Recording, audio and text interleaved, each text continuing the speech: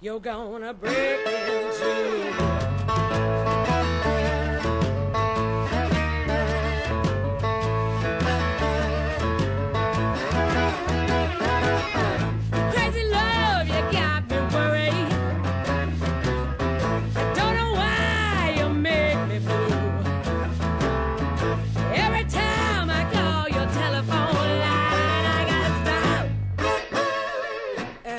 Up on you.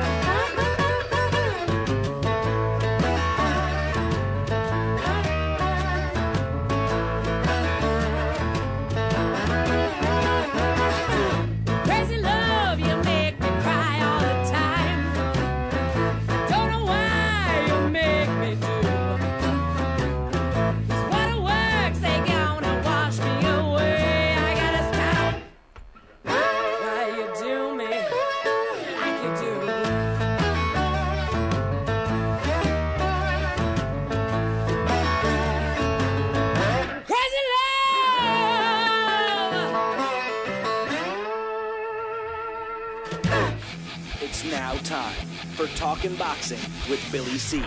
It began as a podcast, went live on the net, and transformed into a full-blown empire.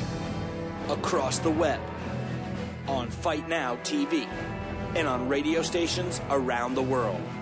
It's the only daily boxing talk radio show on the planet, hosted by the only guy with the balls to do it. Many have stepped into the ring. Many have tried to take the belt. And one by one, they've fallen. Another victim of the undisputed heavyweight champion of boxing talk radio. Talkin' Boxing with Billy C. is on now.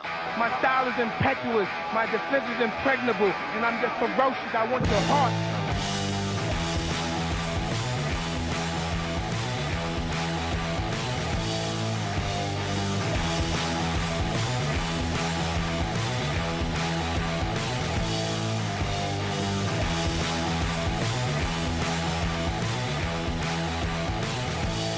And we're coming to you live from the Billy C. Studio in Lake George, New York. I'm Bill Calogero, and it's time for Talking Boxing with Billy C. Good morning, good day, good evening.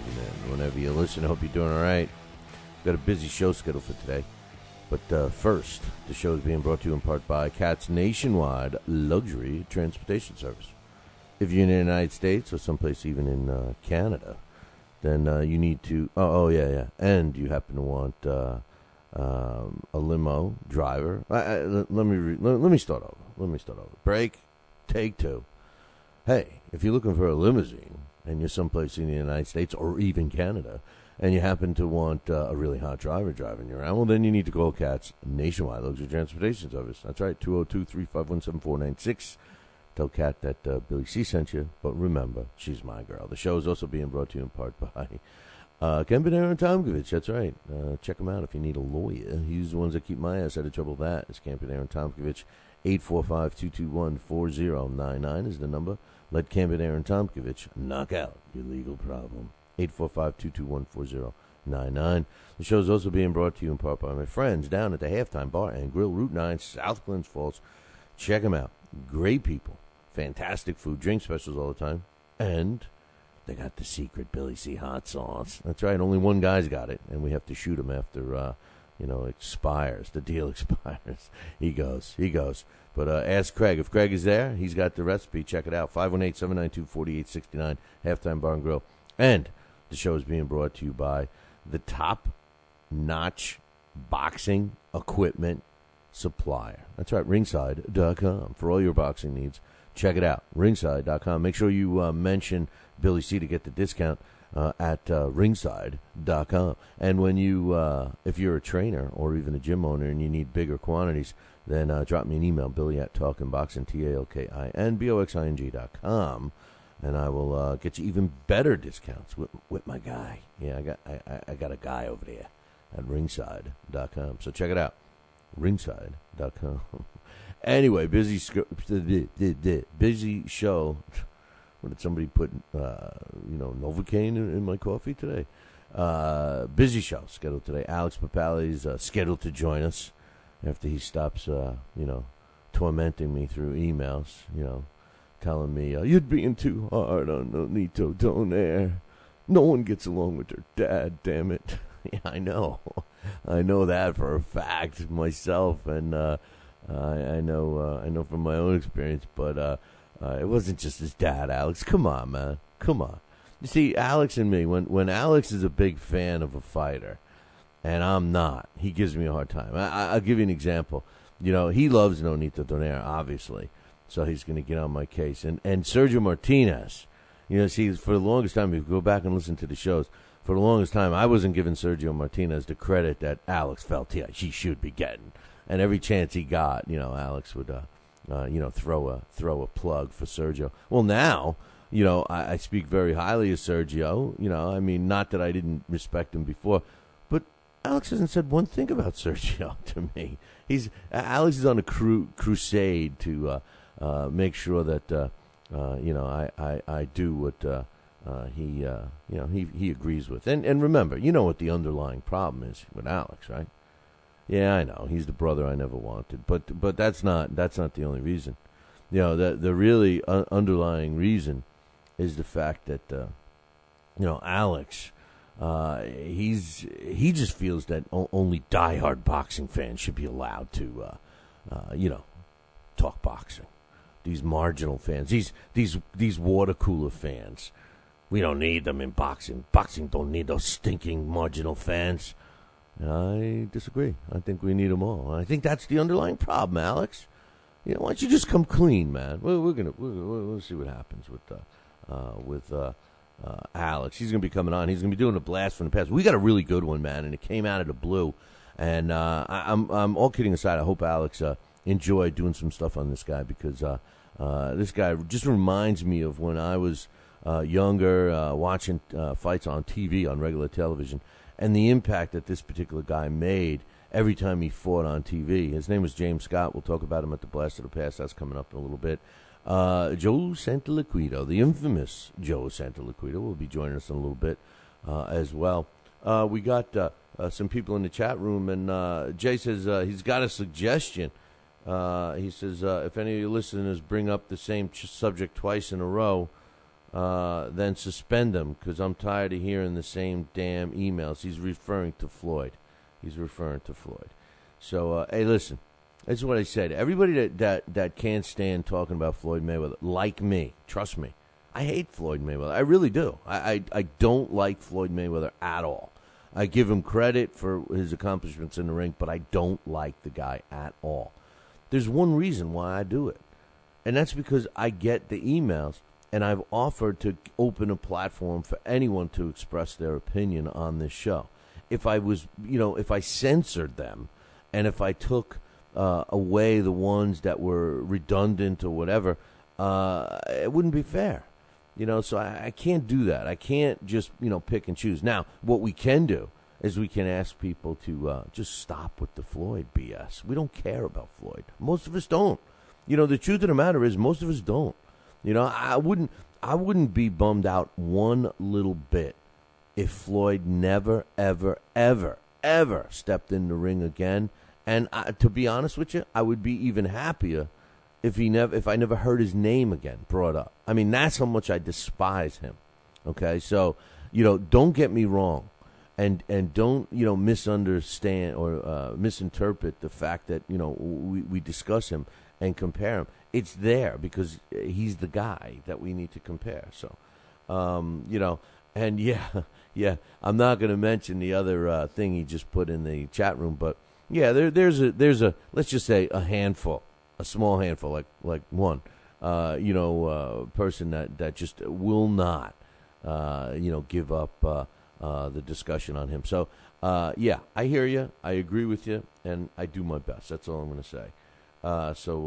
My man Hanging Fire is in the chat room as well. We like the chat room loaded. Yesterday was no, I don't mean drunk.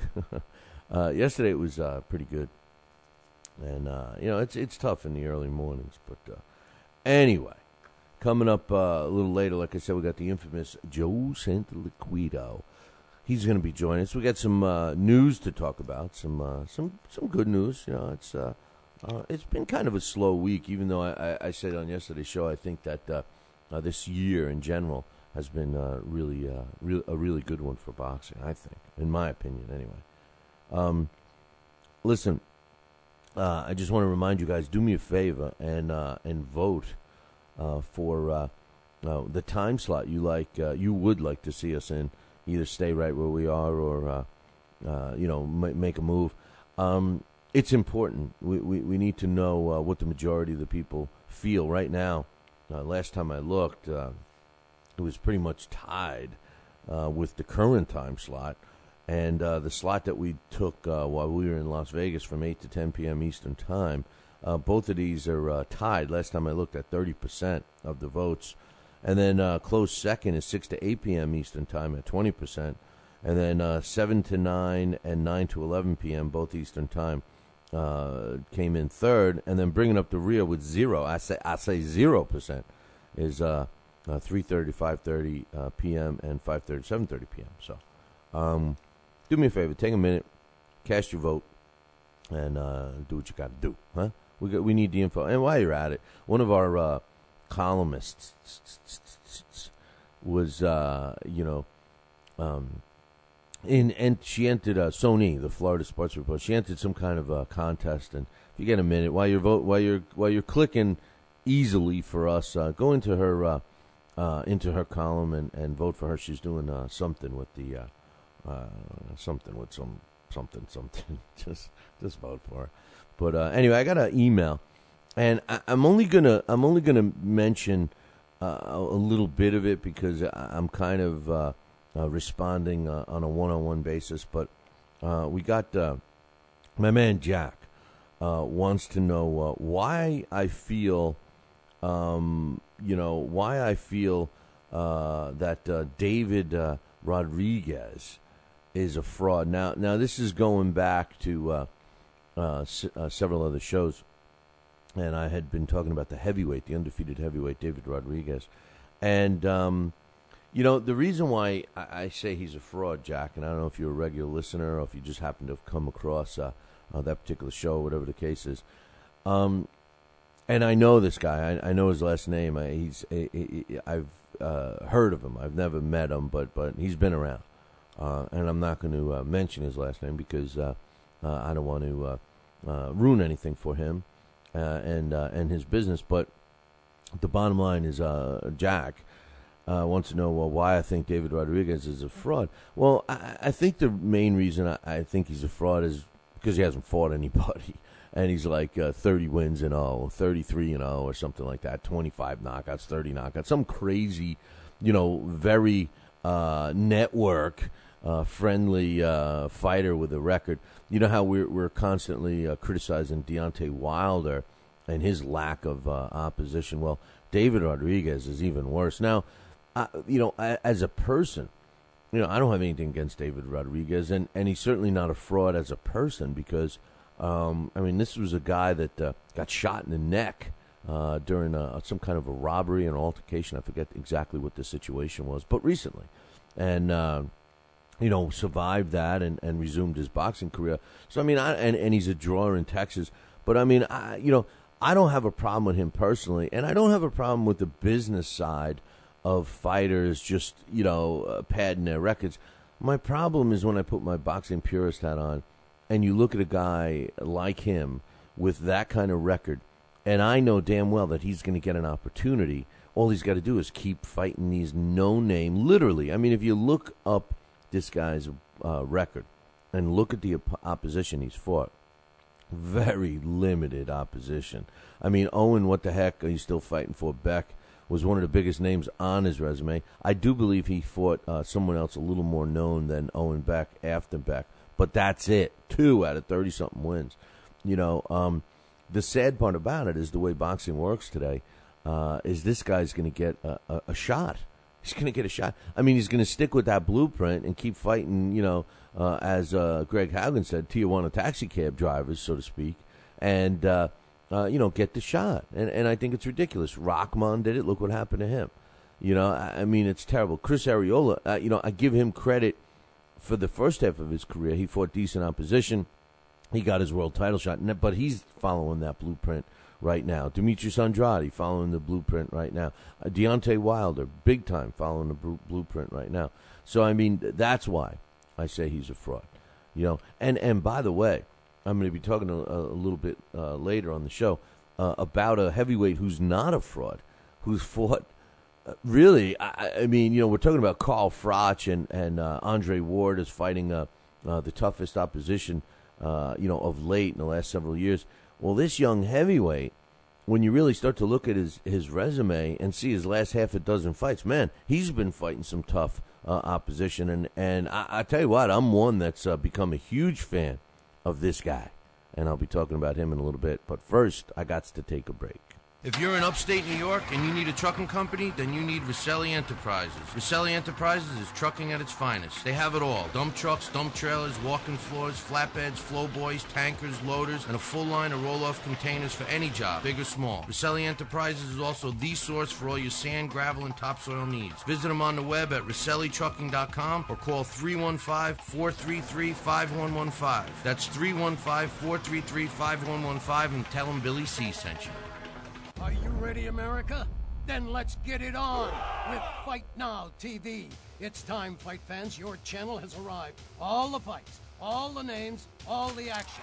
From world-class boxing events to mixed martial arts showdowns and other combat sports matchups, Fight Now TV delivers the hits and more. Call your television provider and tell them you want to get it on with Fight Now TV. For more details, go to fightnow.com.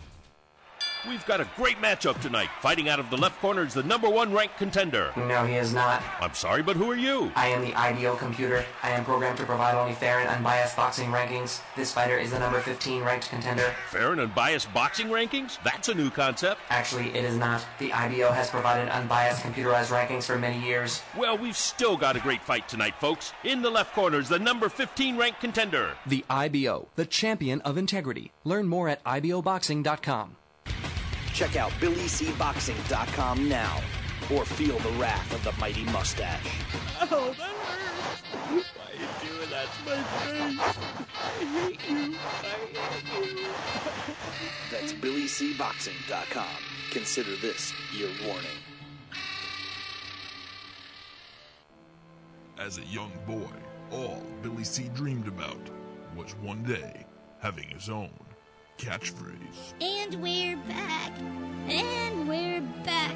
One boy, one dream, one day, everyone will say.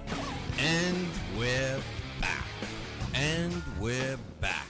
And we're back. And we're back. And we're back. And we're back. Catchphrase coming soon to a theater near you.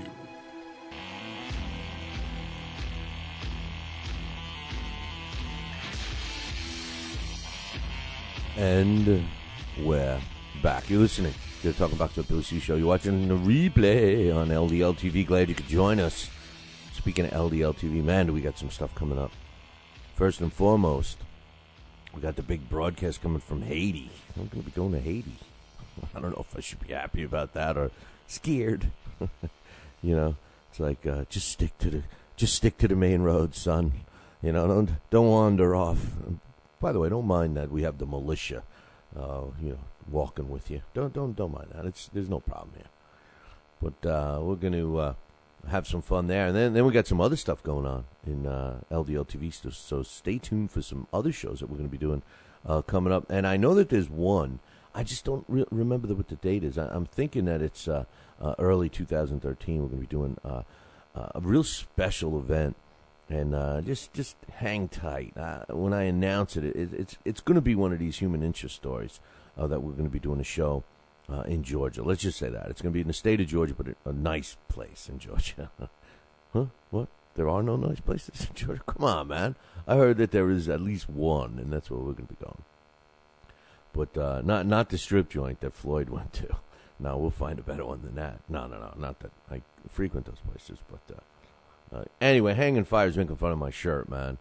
Says it looks like whatever. Hey, listen, it's a Jet shirt, and it does look a little ragtag. Yeah, hey, it's ragtag. I'm thinking of changing the image. I mean, what do you think? You think I should do, like suit and tie every day, shirt and tie, maybe not the suit, maybe not the jacket, maybe just a shirt and tie, maybe just collared shirt. What do you think, man? Maybe just a golf shirt. I used to do the golf shirt every day, and then I started, I look up at some of these other radio shows that are on television. We're kind of drifting away from the radio end. We're starting to go towards some other stuff with some things we got working that we're working on. So maybe it's time. Maybe it's time I start, dressing a little neater. If people are actually watching, then. Maybe we should. I always think of it as radio's great, man. You can wear your sweats. I got sweatpants on. I could wear a nice shirt just from up, and then just have my feety pajamas on the bottoms. But anyway, we got. I'll talk to you about that heavyweight in a little bit, but I got an email I wanted to read, and this is from Elias, and he says, "Hey, first things I'm gonna expose my man." Elias, he sent an email to try and get on yesterday's show, but the idiot, no, I'm only kidding. He's been a long-time listener, but he sends it to the wrong address, and that's one of the reasons why we changed. When we came up with the name Talkin' Boxing, it was, the whole idea was, you talking, like when I say the word talking, that's the way Jeremy spelled it, talking with no G, right? So it's like talking. Oh, that's cool. Like we're talking about boxing, But then it was like, well, do we want boxing, B-O-X-I-N-G, B-O-X-I-N, no G? No, it's boxing. I mean, boxing is the word. Talking, talking. Like a bag of, like all of that and a bag of potato chips. That was my wacko line yesterday. But So we decided, talking, So every time I mention, drop me an email, Billy at Talking, I always spell it, right? You wonder why. Well, because everybody automatically thinks that you miss the key when you hit the keyboard and they fill in the G. And obviously, if you fill in the G, especially if you go to a website or email, it goes to someone else's site. And we got sick of sending people to someone else's site, so...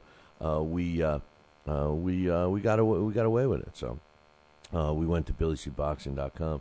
The chat room is kind of empty today. We only got a couple of people, but one that just popped in is my man Dan, who he's got a column up on our website. So check it out. Welcome, Dan. He's another one that's over on the other side of the pond. So he's probably got his feet up on the desk. Hanging out during lunchtime, just like my man Hanging. But the only problem is Hanging isn't from the other side of the pond. He's I'm not gonna expose Hanging. Hanging's a good guy. I don't care that he doesn't like my shirt. He was making fun of me. I don't care. But anyway, Elias's email says, "How's things?" Men's and men's. It's okay. He says, "I have a mailbag for you." He says, I haven't listened to today's podcast yet, so if you've already covered this, please let me know. He says, today in Puerto Rican newspaper, which is, he said, El Nuevo Dia, he says, which is a serious publication, I assure you. They had an article about Puerto Rican boxer Orlando Cruz. And he says the article is about Cruz's motherly love and her support to her son because he's decided to come out of the closet and publicly declare he's gay. He's coming from devastating and surprisingly. He's coming from a devastating and surprisingly knockout over Michael Franco. After 20 months of inactivity, he had been knocked out by Cornelius Locke and Daniel Ponce de Leon. He says, I'm including a link, which he did. He says, my question is, have there been any other openly gay boxers or world champions? I think interesting conversations and debates will come out of this. Just to be 100% transparent, I do not discriminate against homosexuals, and I think they have the same right as heterosexuals to participate and succeed at whatever they decide to do.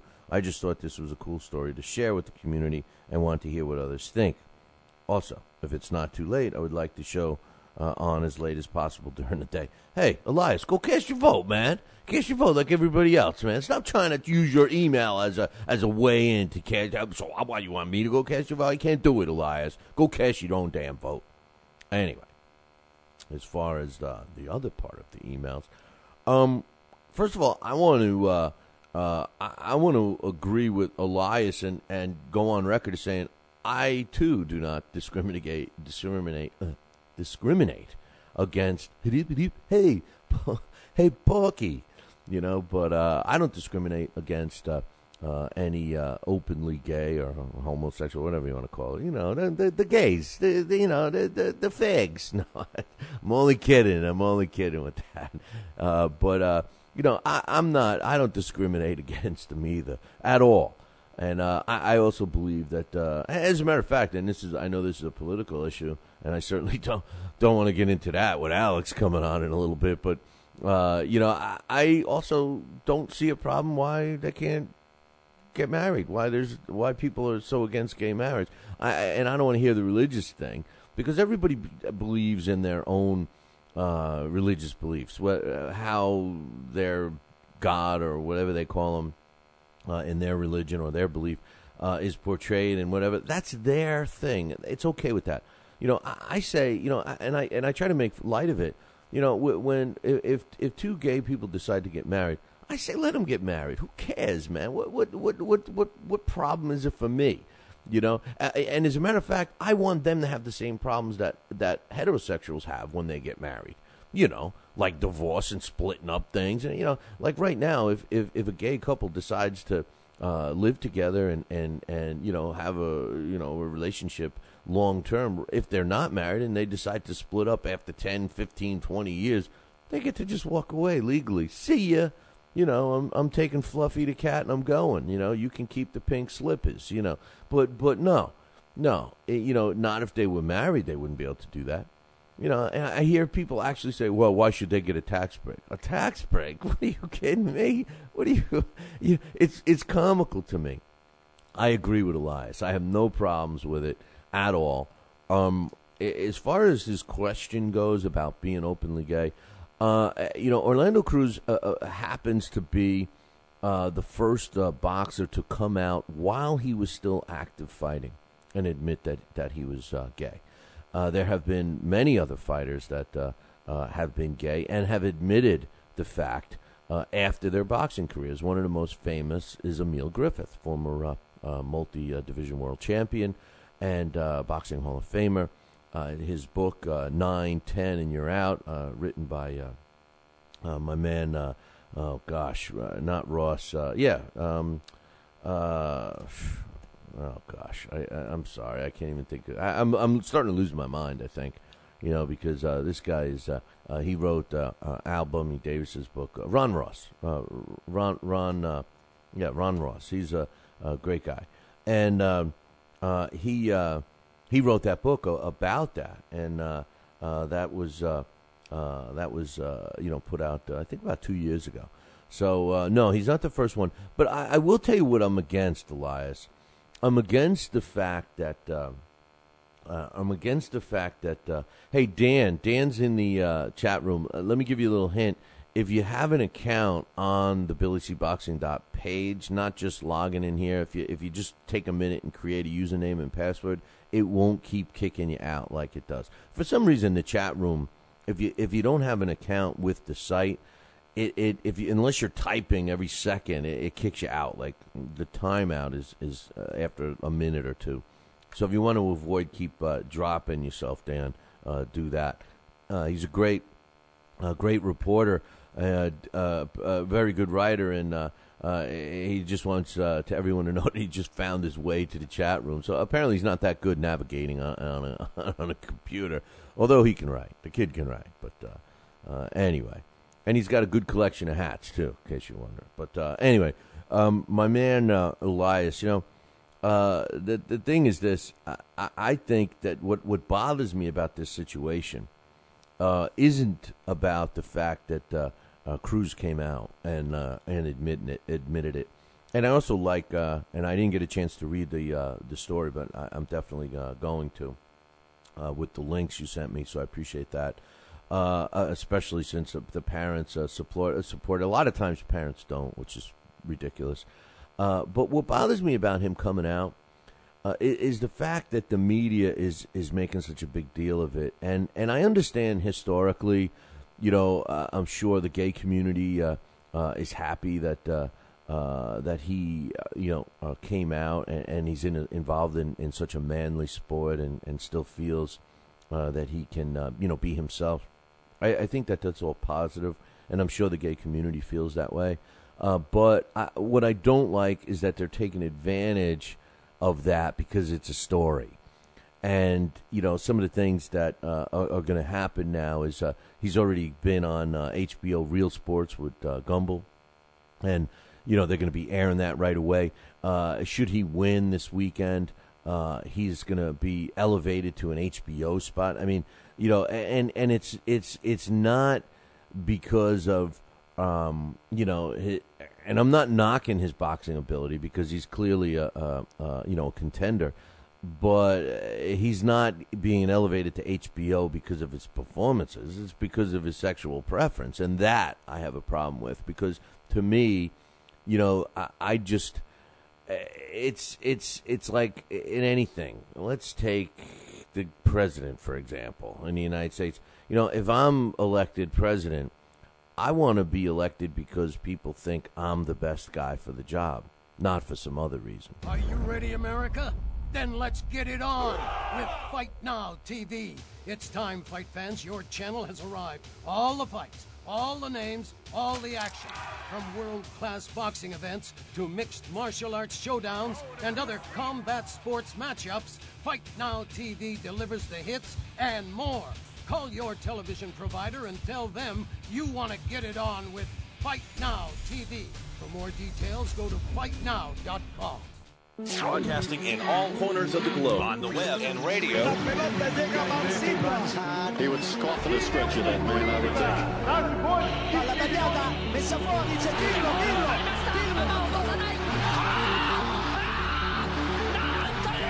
think. You're listening to Talkin' Boxing with Billy C. From upstate New York in the good old U.S. of A.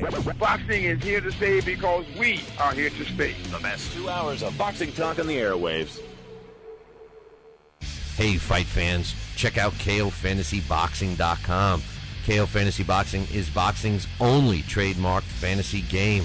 Check it out, www.KOFantasyBoxing.com. Select your own gym, your own fighters, track them through a season that can last from 3 months to a year, depending upon which league you join. You got to check this out, man, www.KOFantasyBoxing.com. Join it today. Again, www.KOFantasyBoxing.com. And tell him Billy C sent ya. Now back to Talkin' Boxing with Billy C, the only radio host man enough to take a punch from Mike Tyson. Wait a minute, man. Hold on there. Jeremy, man, I need you to take this one, all right? Wait, what? No way. I can't do this. Need I remind you I'm Billy C, damn it? Now put on that mustache and get in there. Hey, look at me. I'm Billy C. Crap.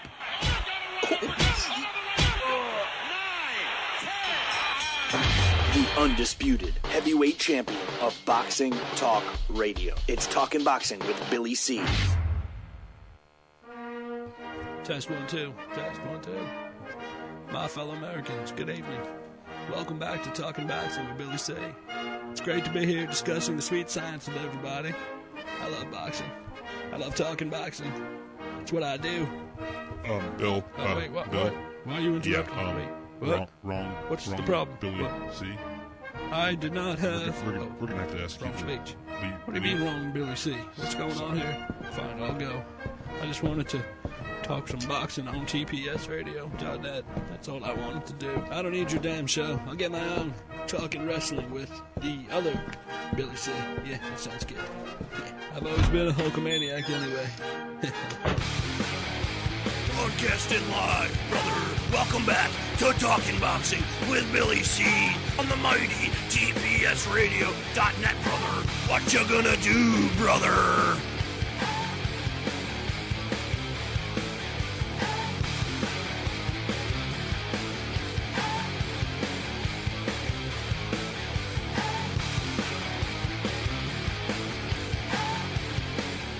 And we're back. You're listening to the Talking Boxing with the Billy C Show. You're watching us on the Fight Now television channel. You know what I need right there? If I had a real producer, like my man Goes from MMA Junkie. That's right, I said it. MMA Junkie. MMA, 3-letter words. They're on Fight Now as well. If I had them, I'd say, I'd be able to have cue him. And Goes would play like, people cheering and stuff. Yeah, Fight Now.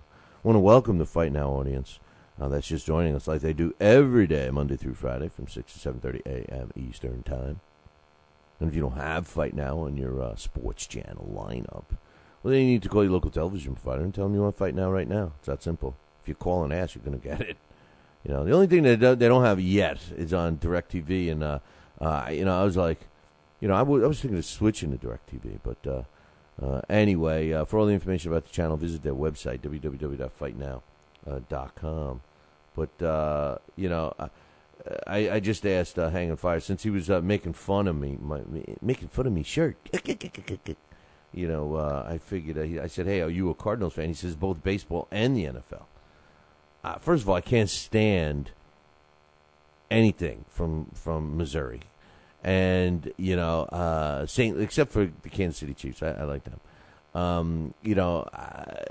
Forget the I meant the Arizona Cardinals. Obviously there's a reason why I asked you if you like them, not the other Cardinals, But he says, yeah, both baseball and football. I'm a Cardinals fan, but I'm looking to see Detroit versus San Francisco in the World Series. I'm looking forward to Detroit, too. Can't stand the Yankees. Can't stand them. Yeah, I'm from New York, but I can't stand the Yankees. I will say this about Derek. Derek Jeter is a class act. I mean, on one hand, being such an anti-Yankee fan, you're like, oh, thank God Jeter's out, man. In case you don't know, he broke his ankle, and he's done. He's done for the season. And he's the pulse of the New York Yankees. And on one hand, I was like, oh, thank God. Not that I was wishing anything bad on poor Derek Jeter, because he's such a class act, But it's I'm a Mets fan, man. Come on, look how pitiful my team is. It's just no fair, in New York to have such up and down teams, And I'm on that downside, I'm a Jets fan, I'm a Mets fan. The Nets hopefully will be better this year in Brooklyn, Islanders. I mean, all those teams, they just suck. And I'm a sports fan, so I like my teams and I'm loyal, And speaking of, I mentioned MMA Junkie on Fight Now before.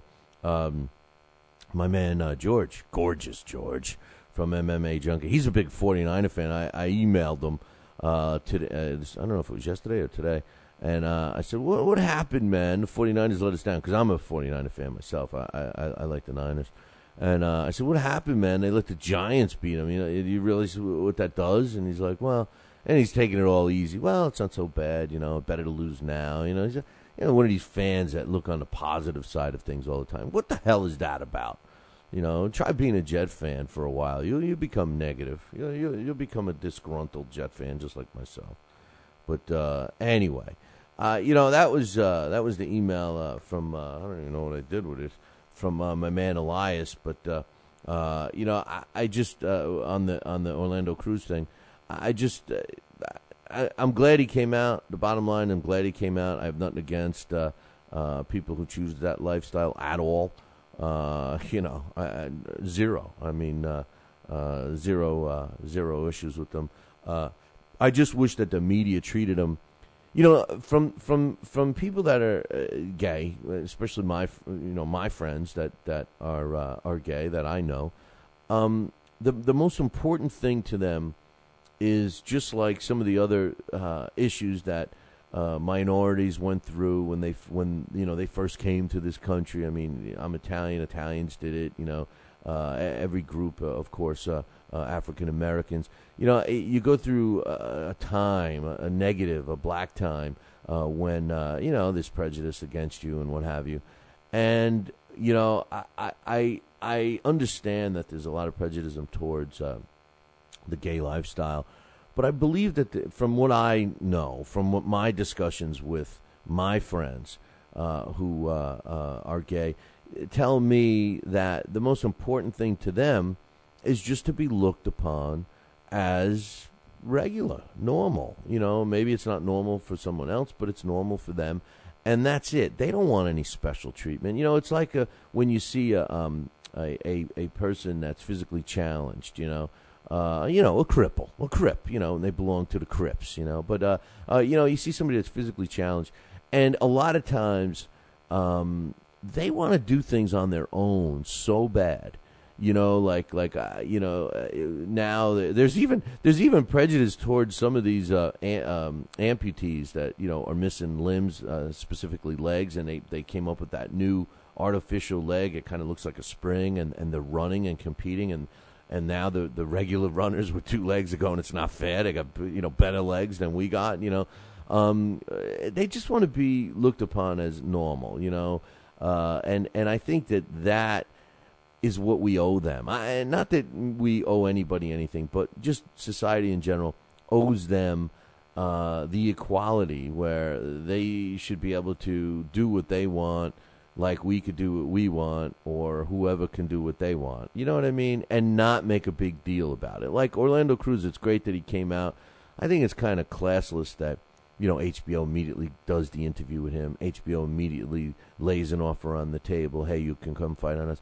And it's not because of his great performance. It's not because of anything other than, hey, it's a story, man. And, maybe we'll get some other listeners. Maybe people that hate the gay community will tune in. Maybe people that support it will tune in. Maybe people that love it will tune in. Maybe the gay community themselves will tune in. The bottom line is you see the gist here. They're looking for viewers, and they figure that this is a human interest story, so they're jumping on it. So anyway, oh God, shh, we got to be quiet. We got to be quiet now. He just entered the chat room. Yeah. I'm talking about Alex. Don't tell him we're talking about him. But they just announced that we saw a great card back in what was it, 2008 or something like that. Yeah, December of 2008. Thomas Adamek and Steve USS Cunningham fought for the cruiserweight world title, and yeah, so I guess he wants. I guess he was listening to what I was saying. He wants only the cherished diehard fans, But anyway, we were treated to a great fight in December of 2008 between Thomas Adamek and Steve USS Cunningham, and for a long time, people talked about a rematch and everything else. But then Thomas Adamek moved up in weight, and Steve Cunningham, did his best to do the, let's avoid as many people as we can shuffle, and he finally moved up in weight, and he fought Jason Gavin recently. I'm talking about Cunningham as a heavyweight. And, listen, I might as well cut to the chase. Thomas Adamek, Steve USS Cunningham are fighting again. That's right. Same month as they fought last time, December. This time it's going to be a 12-round heavyweight fight, and it's going to be scheduled for December 22nd. And it's going to be on NBC Sports Night's Fight Night series. So I'm looking into this fight. I mean, I'm looking forward to this fight. I think. All right, Alex. let me get the phone ready. Let me get it ready so Alec can call in. He's chomping at the bit. All right. Alex, he tries to throw me a curve. He emails me and says, "Hey, so I'll be tuning into the show 5:30 p.m. tomorrow, right?" Like he's trying to subliminally change the airing time of our show.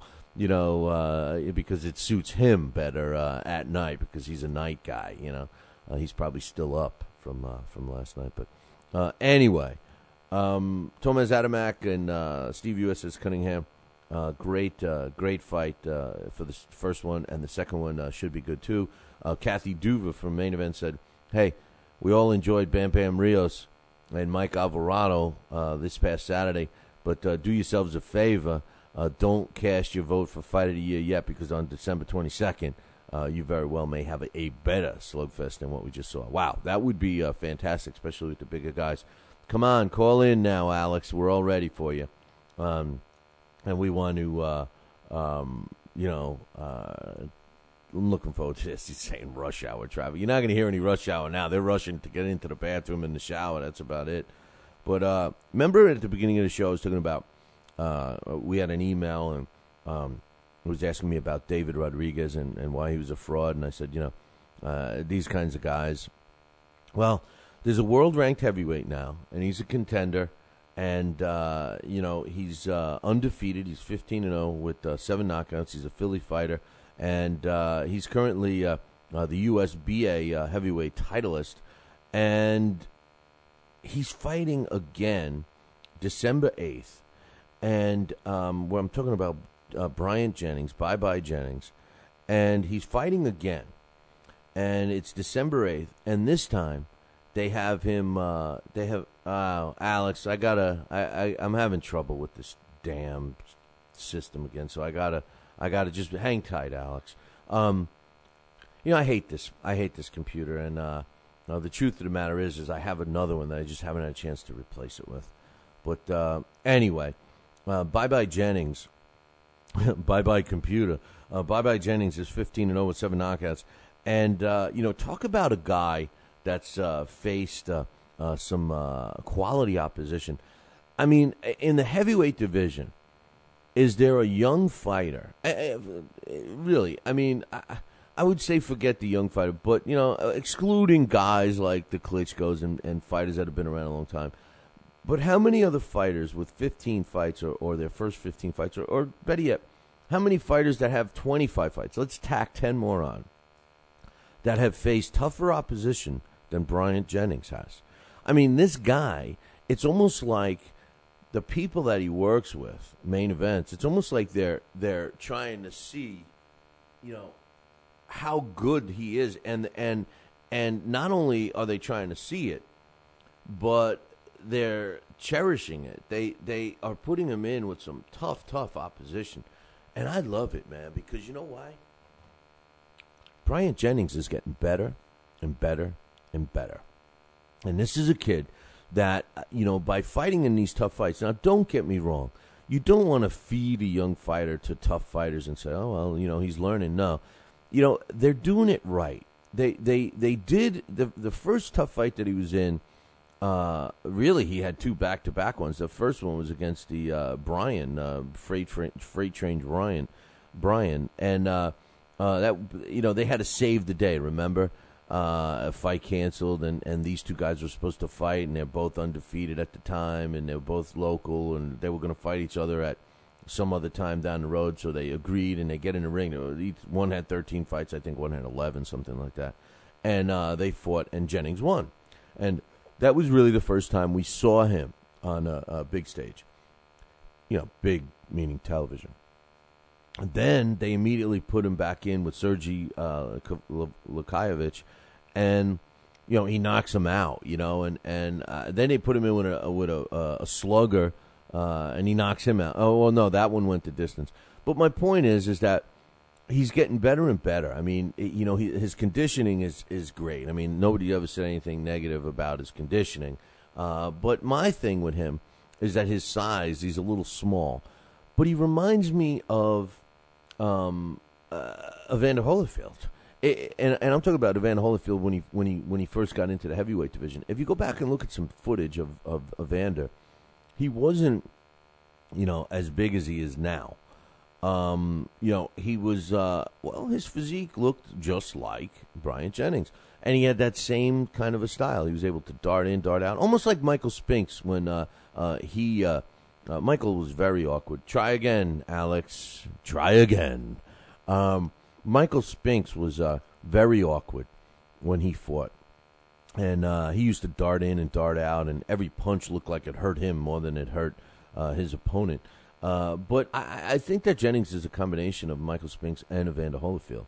And I for one, I'm into this kid. I think he's good, and I can't get enough of him. I'm happy about this fight. I'm happy that they're testing him. Bowie Tutupu is not an easy opponent. He's got a record of 22 wins and a couple of losses, 16 of his wins coming by knockout. He's got more knockouts than Brian Jennings has fights under his belt. So, the kid is good. There's no question about it.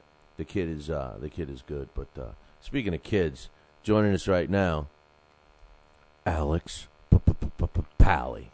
What's up, Alex? Good morning, Billy C. How are you? I'm okay. So what? You only want you don't want to talk politics with me, right? Never.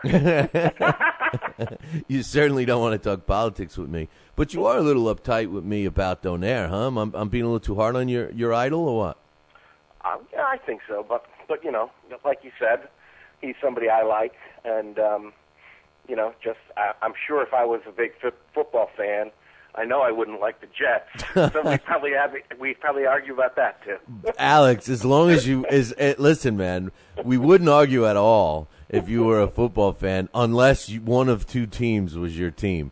If the Giants or the New England Patriots were your team, then yes. And I don't even know if we would be able to have our relationship that we have if that were the case. But anyway, my thing about Donaire is I'm not taking anything away from him at all. I think he's putting that pressure on himself.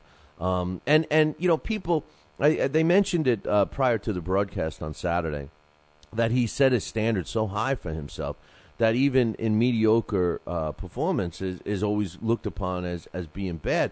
My thing, and what I think I finally put my finger on it, is that he's not showing the ability to change what he feels the most comfortable with. And if you go back and you look at the Navarez fight and the fight before he fought Nikoshoka the other night, unless they engage with him to let him perform, he doesn't like to engage, and then the end result is people think it's a boring fight. What do you think?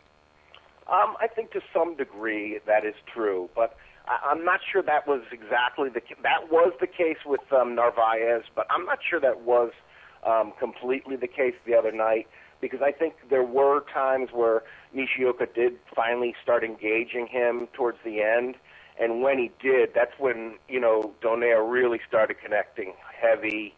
And I think that's why, from the 6th round to the last round, from the 6th to the 9th, it really was a beatdown. I mean, you could see just the swelling really, really increasing in Nishioka's face. And, I mean, I thought it was pretty impressive, I think, of a performance. But you're right. I do think that he doesn't particularly listen to his corner. But that's not all that shocking from, one of these guys who's, a top guy. They're arrogant. Just yesterday it was 25 years ago that Mike Tyson beat Tyrell Biggs in what I think was probably his most thorough, if not his most startling demolition, most complete and strategic. When I was watching some highlights of it, there was times where Mike kind of got bored and was sort of on automatic pilot, even though he was really laying a smackdown on Biggs. I think that was the same thing that you saw with Donaire. These guys, they are so good. And think about it, Donaire now has won against top guys and done it with knockouts. This was the first time he had a knockout in a while, since Sidorenko, actually, and really looked as impressive. He's done this in 4 weight classes. That's got to count for something, even though I think somebody who sent an email to you yesterday, maybe it was Bigaback, who said that, Nishioka was coming off a long layoff, and he is 36. He definitely was in shape, and he is one of the top guys in the division, if not the top, other than Donaire. No, I'm not discrediting the win over Nishioka at all. Bigaback or whoever made that comment, you could say what you want. I mean, 36, he was contemplating retirement, was the way the email went. But my point, and I don't disagree with you giving him the accolades. I really don't. I don't dislike Nonito Donaire at all. I like him.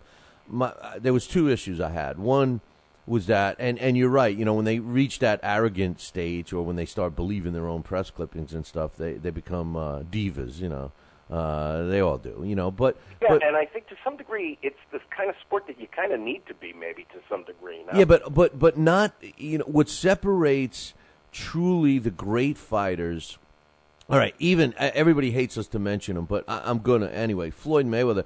Now, Floyd Mayweather doesn't listen to anybody, right? But his corners are always very calm. I mean, he's never had any adversity or anything. So, I mean, I think even when you look at a guy like him, who's who's right out there and who's as arrogant as anyone, when it comes time to getting serious and you're fighting in the ring, I mean, there's a certain professionalism that you have to follow. Manny Pacquiao, tries to listen to Freddie Roach, and other fighters, seem to do that. Nonito doesn't, and I have a hang up with that because it's going to haunt him someday. And I think it's important, but my I think just to interject for a second, I think one of it might be the curse of the power puncher. When you're a power puncher like Donaire has had success in that, you believe that you don't really have to listen to people because you could change the course of a fight in an instant if you connect. Well, in today's sport of boxing, how one fight could just end a career. I don't agree with it, but one fight, one bad performance, one knockout loss, and the powers that be say you're finished. I mean, we're starting to see that with Jorge Linares, for God's sakes, even Jermaine Taylor. But my point about Nonito, putting aside the not listening to anyone thing, is the fact that he needs, and I agree with you, Alex, he's definitely an upper echelon fighter. He's a pound-for-pound fighter. I agree with all that. But he needs to be more dimensional, multi-dimensional. Right now, he feels very comfortable as the counterpuncher. And you just said yourself, well, once Nishioka started engaging with him, he was able... Yeah, but my point is... No, you're right about that. He needs to be able to instigate the fight. He needs to force people to engage with him. Like Nishioka, you're right. When he was hurt, he started fighting back. That was his response because he was the same style fighter. He was a counterpuncher, So they both wait around, and then what do we say? It's a boring fight because they're both waiting to make a move. Again, I'm going to mention the name. Floyd Mayweather, in my opinion, a very boring fighter up until his last several fights where he's engaging. He's, bringing the action, and you need to show that. I'm not saying do it all the time. I'm not saying make stupid mistakes and go out there, balls to the wall and be Bam Bam Rios. I'm saying that when a fighter's not doing what you expect, go to plan B. Yeah. No, I think that is a good point. I think you're right, that he doesn't, so far we have not seen that he can adapt when the game plan doesn't work. I thought this was a decent performance because he did show a few more wrinkles than he has lately, especially in the sense that he got the guy out of there. So he showed that, even if you're beating the guy in skill, it's nice to close the show, not just win every round. Right. And I think that we at least saw. But I think you're right. I think that he doesn't have, at least not yet, he hasn't figured out a way, and maybe if he listens to Garcia, he would be able to do it. He hasn't figured out a way to get a guy who's given him some problems and difficulty in getting his offense working. Right, and the thing is Garcia's evolving into a premier trainer, and although they're totally two different fighters, and I'm not comparing them in any way, shape, or form, But when you saw Garcia in the corner with Rios sat there and was like staring at him. Even at times, it was like, he was just trying to please his coach, and there were some beautiful moments between the two of them where I think it was at the end of the first round. I love it. He's back to the corner and he was smiling. He's like, I love it. Yeah. And Garcia said something like, I know you love it. Yeah. It was amazing. I the know. masochism of them. I know. That fight was something else. I know, and that's what Nonito Donaire has to do. And I know we were fooling around with the father thing in the email, but his father was his original trainer, and I got to meet his father up in Canada, and we had a talk, and he was at the time they were still very anti each other. They've since made up to a degree. A lot of it had to do with the wife. She apparently was a divider in that whole situation, but. He said that back then, this is 4 years ago, he said that he doesn't listen. He doesn't listen to what I tell him. And I never thought about it again until I noticed this past weekend in the corner, he literally was not I didn't see him look at Garcia once, really. I mean, obviously the camera's not in there the whole time, but I didn't see him look at him once. Yeah, you're right. I mean, he does seem to look down a lot and not he doesn't meet his eyes. Maybe it is because these guys, he's probably been. We know that his career, he's been successful. From the beginning, he was successful as an amateur from a young age. So maybe this is one of those situations where, those guys, you get a big head when you're talented, and people treat you differently, and you expect that, and. Maybe that's the case with Donaire, and especially it's such an individualistic sport.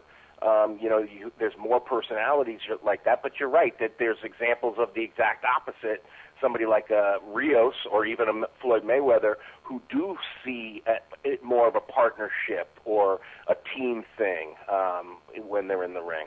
Yeah, no, there's no doubt about that. We're not going to take a break because there's a couple other things I want to talk to you before we get into our blast. The other fight on that card, who'chamacallit, versus what's-his-face, was, of course, I'm talking about Bam Bam Rios and Mike Alvarado. What a great fight that was. Not exactly a display of the sweet science, but, geez, I don't know anybody that watched that fight that didn't come back and just say, fight of the year right away. What's your thoughts? Yeah, I would agree. I think you're right when you were saying yesterday, or it was either yesterday's show or Monday's show. I listened to them both yesterday about what a great year it's been. There's been some really good fights this year, but that one by far has stood out. I mean, that was remarkable. I think you're right. I think we definitely saw the round of the year as well. And I think what's amazing about it was how similar it was in a way to Corrales-Castillo in that it was back and forth, and then the ending was so sudden. And yet I think the stoppage was so appropriate. As a matter of fact, I almost could have saw a stoppage a second before. Yeah. But Alvarado seemed to recover for a moment, take another step sideways, and then get stunned again. And then Russell jumped in. So I would not have – I'd be surprised if there wasn't a rematch, and I'd love to see a rematch. It was remarkable. Yeah. I thought that the stoppage was good, too. I mean, I could see him giving him another shot. I could see him, trying to get the opportunity to talk to Alvarado. We had a lot of discussion about standing 8 counts and stuff like that. And you could have said, nobody could have argued with Pat Russell if he called it a knockdown and said that the ropes were keeping him up, and just to get a feel for where he was at. But with that said, I mean, that's me, armchair quarterback, Monday morning, looking at the replays and all of that. But I don't think that anyone can really complain. I thought Alvarado was, clearly upset after the fight, but was cool about it. And Rios, I enjoyed his response about the stoppage when he said, well, I think he stopped it too soon. Alvarado deserved to continue because he's such a warrior and everything else. I thought that was a pretty good indication of some respect that Rios had for Alvarado. I think, again, it's another one of these feel-good rivalries that I think maybe that's sort of different than Corrales-Castillo, because there was a little bit of, well, maybe it was more with the second one. There was a little bit of bad blood with the idea that maybe Castillo didn't even feel like making the weight on purpose, that there was that, like, sort of trying to gamesmanship, This was just plain two guys trying their damnedest and giving it their all. And they seem to know it, because right from the first round, I mean, within 20 seconds they were slugging. And maybe, probably, wouldn't you say, within the first minute, a fight had broken out? I mean, it was remarkable. I mean, we had expected it, and they gave us exactly what we thought.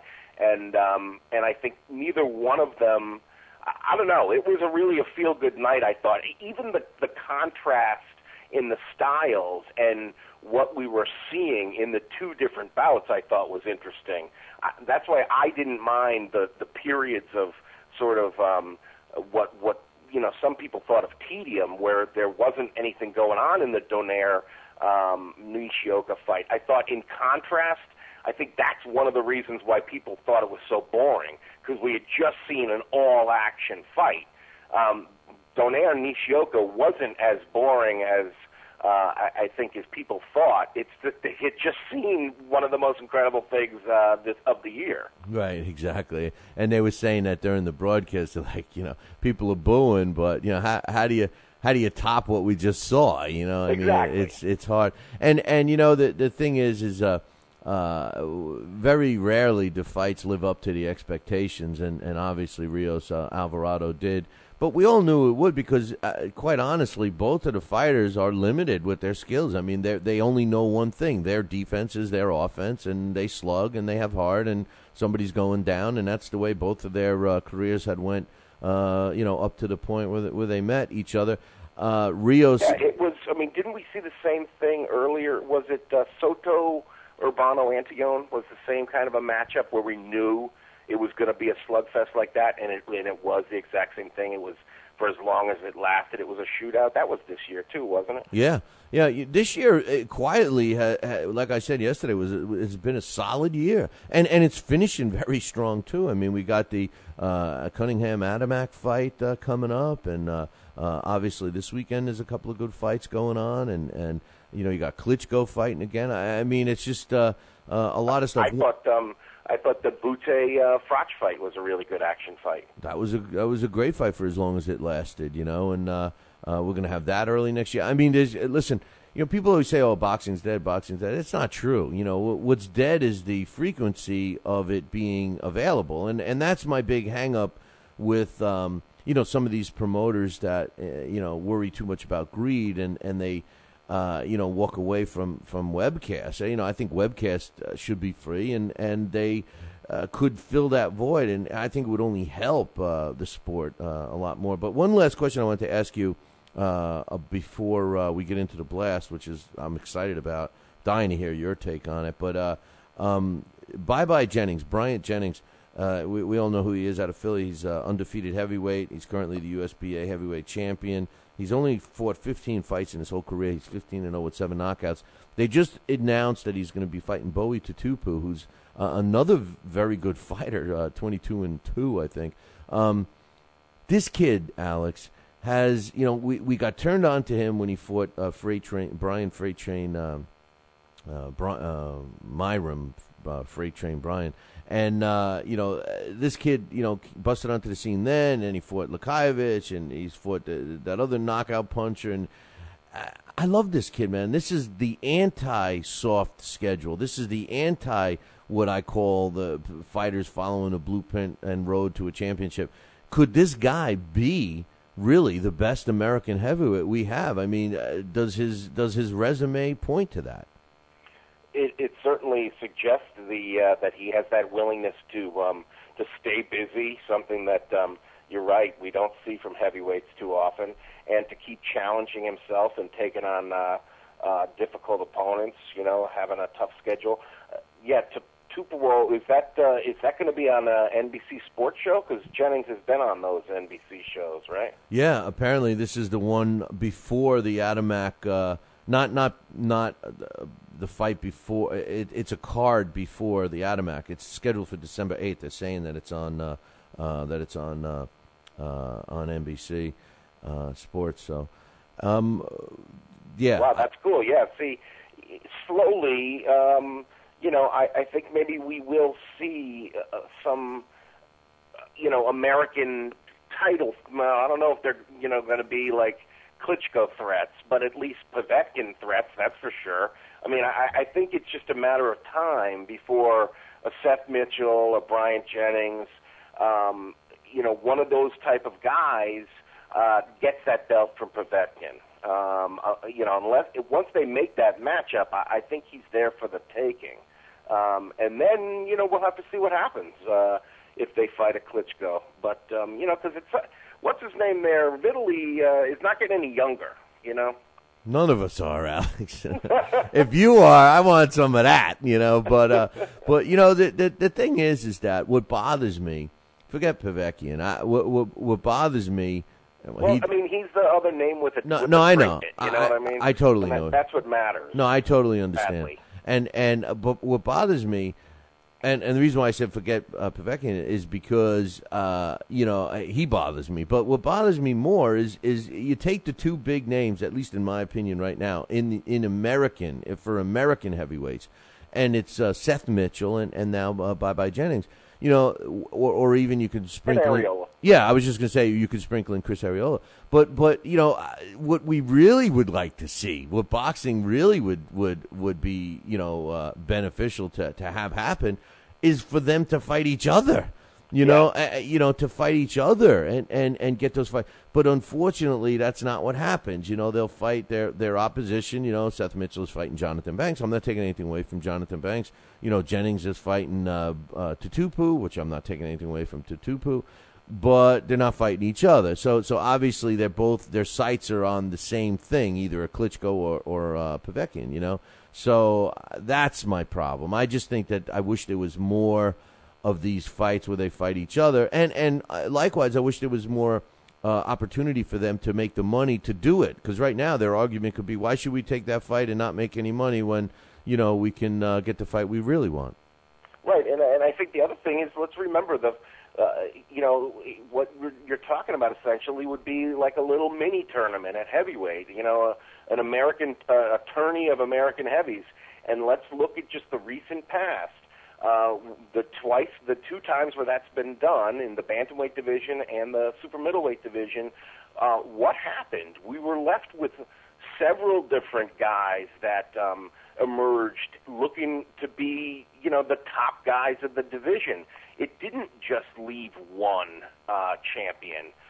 In both situations, you realize, one guy's better than everybody else, but there's another guy who's right there, and maybe there's a third guy who should be mentioned along the way. So I think that's what happens with tourneys when the best fight the best. Yeah, but they have to be willing to take the chance. I mean, exactly. I would love to see a real, like a serious heavyweight tournament with the best heavyweights we have. And to tell you the truth, you know what I would like even better? To have like a prize fighter type tournament where they fight in the same night. That would be really fun to watch, I think. But anyway, I think we could talk forever, but it's time to blast from the past. We shine the spotlight again on fighters from years past. Marciano, top-ranking. Joe Louis is the leading contender. Joe Frazier with a left hook. Good right hand thrown by Foreman that time. Look at that left hook. Belt that goes to Ray Mancini. It's Blast from the Past on Talkin' Boxing. And this week's Blast from the Past, which is being sponsored by the International Boxing Organization, where their computerized ranking system is second to none. Check them out at www.iboboxing.com. Features a guy that I was talking about somebody else, and I saw his name on the resume, and it just brought back a lot of memories. He was never a world champion. He's certainly not a Hall of Famer, but he was a world ranked top contender for a long time. James Scott, and joining us, obviously, he's been on the line to give us the lowdown on James Scott is Alex Papali, man. And when I decided to pick this one, Alex, I said to myself, I didn't know if you knew much about James Scott or whatever, but I figured that you would become a James Scott fan after you did some research. Oh, well, I guess we're going to have to get Alex back because apparently we lost Alex. So he will call us back here in a second, hopefully. He's still listening. But James Scott is a guy that I recall watching a lot on network television. He was an exciting fighter, and as you will find out, are you back on the line? I'm here. Sorry about that. Did you hear what I said? Were you pleasantly surprised with some stuff you found out about James Scott? Well, this was interesting because I had heard about this guy before. I remember him. I don't remember watching him on TV, but this was right when I was becoming a fan. When he, actually, no, he had already been. There had been mentions of him in articles that I read in the Ring magazines, and I had sort of missed his career. And it's funny because this weekend was Comic-Con, so, we were all, thinking about comic book collections. And I was thinking to myself, boy, I wish I kept some of those old Ring magazines because I could, if I kept them in the same quality that I keep my comics, I would have been able to find those old articles. But I did find quite a bit about him because, like you alluded to, he was on TV and they were televised fights from Rahway State Prison, and it must have. Some of the fights are on YouTube, and when you watch them, it does give a sort of eerie sort of feel to the bouts. I used to, man, when he used to fight on television, and it was network television, I remember watching the fight, and as entertaining as Scott was, the aura of seeing all those prisoners, and you're not talking about a jail that, Faymether went to. You're talking about Rahway State Prison, man. Rahway. This is serious. Yeah, this is a serious facility, man. And the way they used to have the ring set up, I wonder if Dana White came up with the idea of putting cages for UFC because that was pretty much how it was set up. Remember? Did you see some of the footage where they had the fence and the barbed wire separating the inmates from the ringside, because there was virtually no one allowed to watch those fights except for the TV crew and a hand selected writers. Yeah, it does seem as if if you were an inmate who got to watch, you must have had some days of good behavior under your belt because it definitely was only the privileged were there, and because it's at one point it said like the attendance was only a couple of hundred, so these were prison gymnasiums where they would set up a ring and boom, the ABC or whoever was televising the fight would come in and film it. And sometimes they were outside. A lot of times they were outside in the yard, which was and sometimes they were fighting other inmates. Yeah, well, the other thing that was amazing about it was before they would announce the decisions in a lot of cases, they would make the inmates leave the area. They want for control, And then when you look at this guy, I mean, he was born in Jersey. He's currently 65 years old. And the thing that really amazed me is that he was sentenced to life in jail. He was a lifetime criminal, and he spent more than half his life behind bars. And he was sentenced to life in jail. And I figured we were never going to see him again. And I just recently found out that he was paroled either in 2005 and 2006. So we're actually looking for him right now. I'm going to try to get him on the show. Yeah, I was going to say that I did see that he was released in 2005. They must have had a good behavior situation or good time situation because the way it worked was he had been sentenced for an armed robbery where he stole $238. Now, a person had been killed in the robbery, but he didn't get a conviction on that. The jury, it was a hung jury. So they sort of waited on that because he got convicted on the armed robbery, so he was already in the tank. And it wasn't until years later that they decided, okay, we're going to prosecute you now on murder. And once they prosecuted him on murder, they convicted him and then sentenced him to life while he was already doing 30 years for the armed robbery. So that's why it ended up, it was an incident with the same crime, even though it was years later that he got the life conviction. But yes, he was released in 2005, and I did see in somebody wrote in a chat room that they saw him at a fight card on June 3rd in Trenton, New Jersey, 2006, the Terrace Kaufman versus Nurhan Solomon fight. Huh. And they said he was a nice fellow, seemed to be in decent shape, and he was looking and talking just like he did years ago. Yeah, he was a nasty guy in the ring for sure. And I remember him with the bald head and everything else. And when you look at who he fought, and where these other fighters came from, I mean, you go back to even in 1978. You start looking at the rise. You can see what they were doing. They figured, well, let's let this guy go as far as he can. And they start putting him in with some tough guys. In 1978, Freddie Brown was 12-2 when he fought him. Then the next guy he fights, and he destroys him. The next guy he fights, Eddie Mustafa Muhammad, future world champion. The breakout win. Oh, my God. Mustafa Muhammad at the time was 29 wins, 3 losses, and a draw. He beats him. Then he takes on Richie Cates, who I don't recall, but obviously he was a quality fighter at 35-4. Knocks him out. Bunny Johnson, who we were talking about yesterday, in an English fighter, knocks him out. Same thing, I mean, Yaki Lopez, Dwight Muhammad Quaid was his last fight. He lost that one, and that was it. Any reason why? Did you come up with anything why his career ended so abruptly? Well, because he got sentenced for the murder. Oh, and then that was it. That was when the sentence was. And then once that happened, see, the reason why he was fighting was that there was a sort of work release type program that he was benefiting from. And they were allowing him to actually earn money for these fights and to pursue his career. And because he was only an armed robber,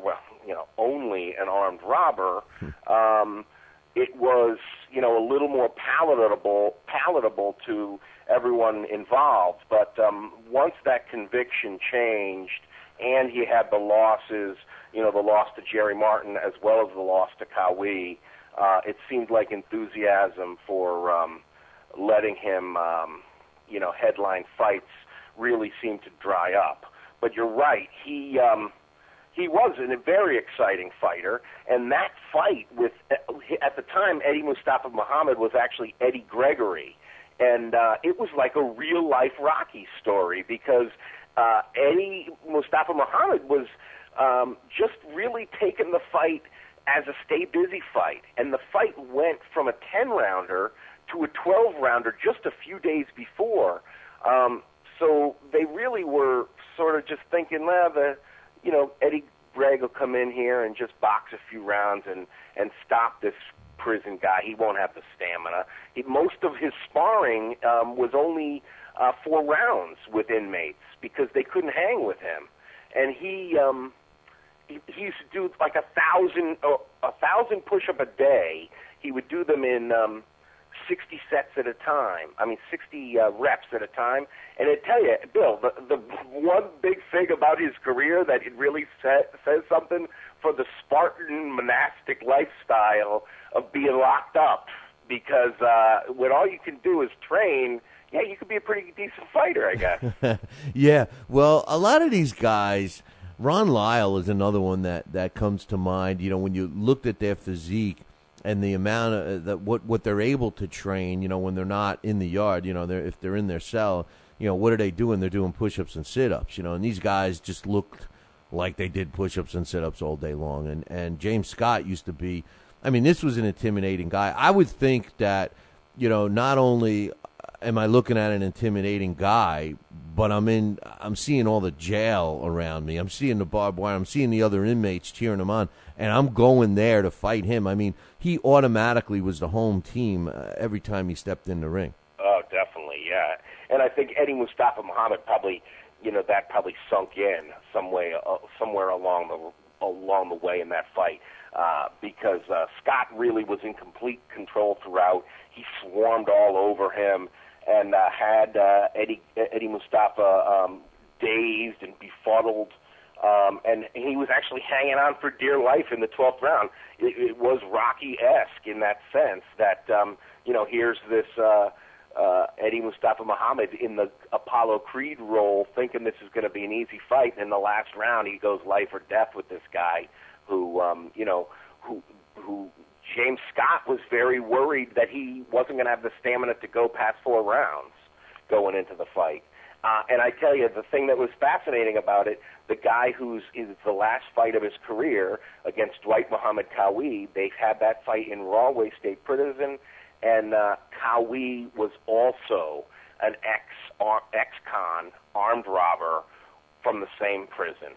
So it ended up being that he was bested by a younger ex-con. Yeah, and talk about younger, only 16 fights under his belt when he fought James Scott. And speaking about the con connection, ex-con connection, James Scott claimed that he got into boxing after watching Reuben Hurricane Carter, and we all know his story.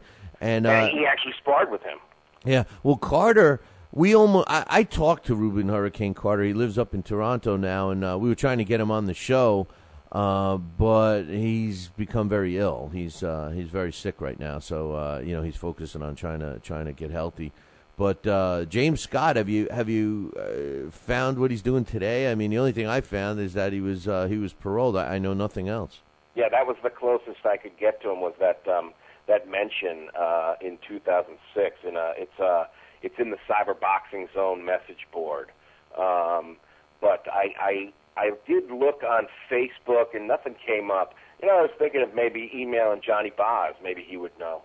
The other thing that people don't know about James Scott, if they know anything, is that he actually did it all himself. He got the group that financed him, I think it was called Mendoza Group or something, to finance him.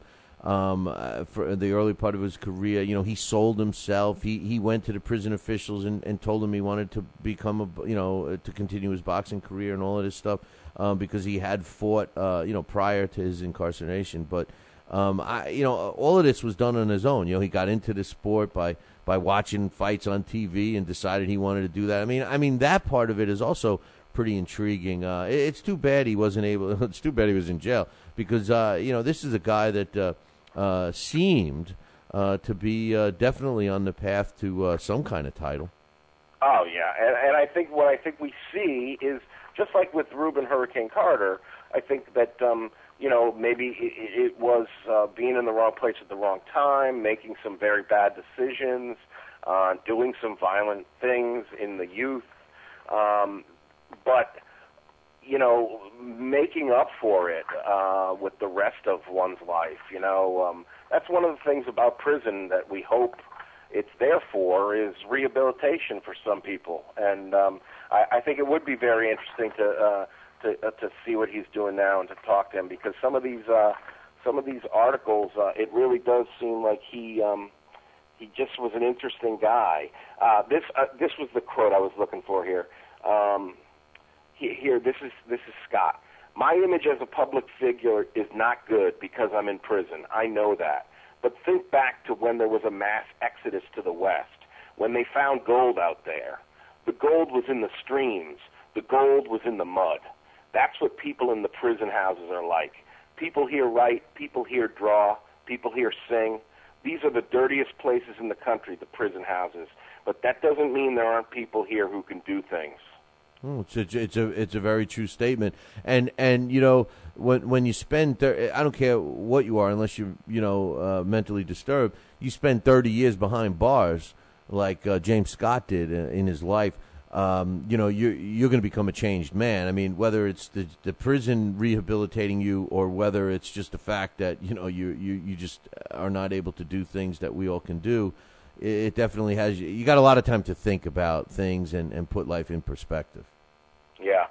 Yeah, and I tell you, there was quite a few times, since you mentioned that we were doing him, that I was really wishing I had that old Ring magazine, because I could picture the page where there was an article about him, and it must have been somebody did an interview with him in prison, because it had to be like a 1986, 87 Ring magazine, or maybe it was a KO or something. But I remember having it, and I remember reading the article saying, "Wow, this guy must have been interesting." But back then there was no YouTube, so I couldn't see his fights, from 1981. I could just read about them.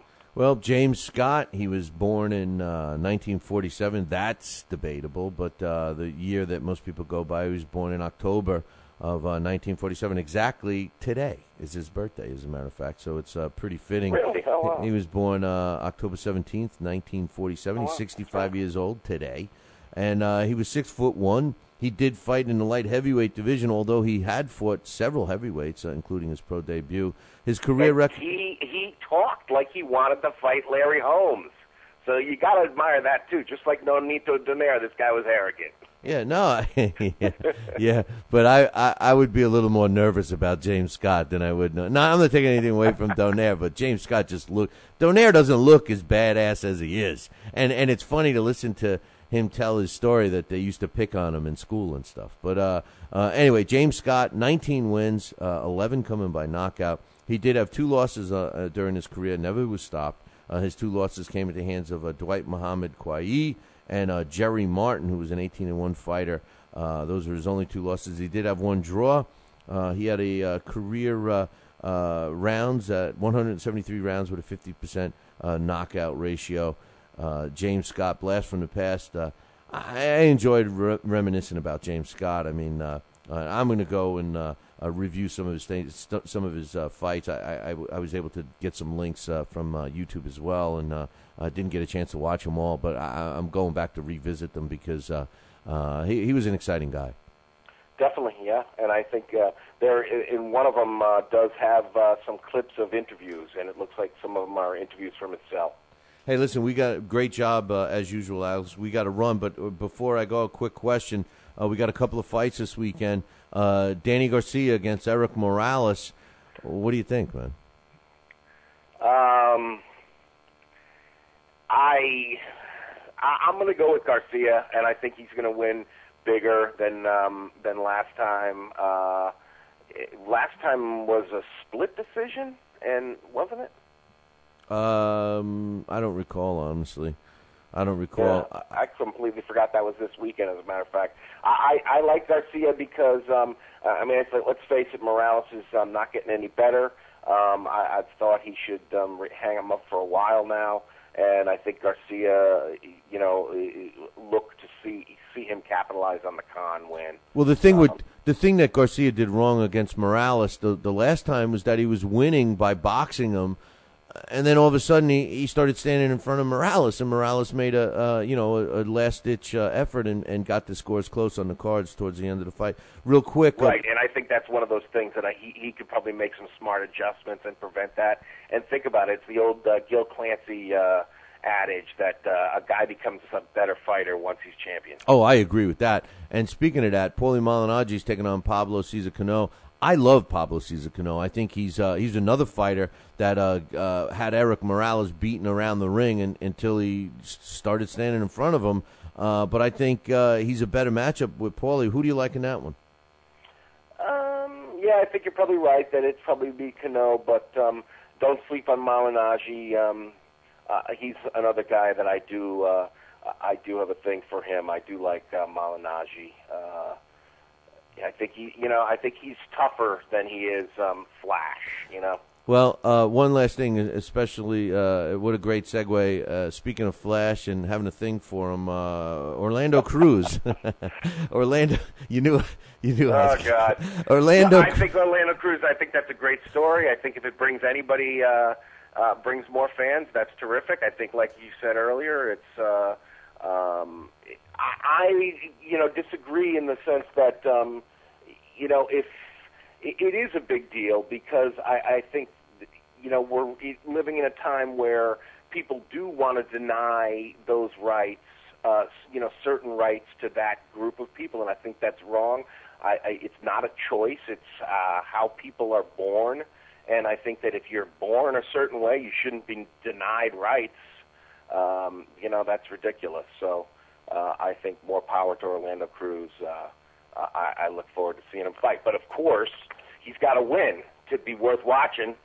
Yeah, my point was that, yeah, I agree with everything you just said, except I just can't stand the shallowness of the media, and all these offers coming in, and they're just looking at ratings and everything else, and they're missing the point that we're trying to make, we just lost Alex. Well, we got to take a break anyway. Great job, Alex. I'm going to take a break. When we come back, we're going to have Joe Santaliquido. Talkin' Boxing with Billy C. now has official merchandise available on TalkinBoxing.com. T-shirts, sweatshirts, hoodies, and mugs.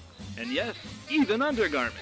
Talkin' Boxing apparel is the perfect gift for the boxing fan in your life. Log on to www.talkinboxing.com. That's TalkinBoxing.com and place your order today.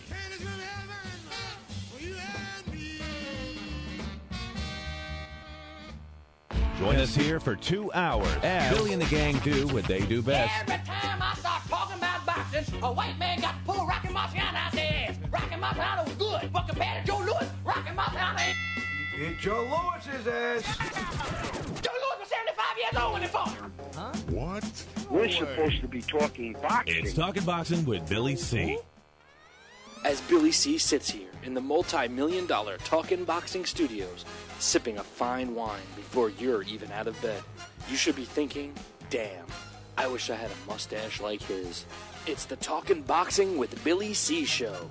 He's Billy C., and you're not. Sucks to be you. Now let's dig into our archives and hear a rare interview when Billy C. first became the champion of boxing talk radio. Hello, Billy C. As the new champ, can we ask you a few questions? Why, certainly. Okay, your fans would like to know how you and your corner have successfully walloped the competition. We're not ordinary people. We're morons. Anything else? I'm a victim of circumstance. Did your success finally come when you made the show 5 days a week for 2 hours? What do you think? I'm trying to think, but nothing happens. Now, please tell the listeners what you've learned from making it this far. Certainly. If at first you don't succeed, keep on sucking till you do succeed. Great words of wisdom, Billy C. Keep up the great work as the undisputed People's Champion with your show, Talkin' Boxing with Billy C. Any last words to anyone who's listening? This is your fault, you bonehead.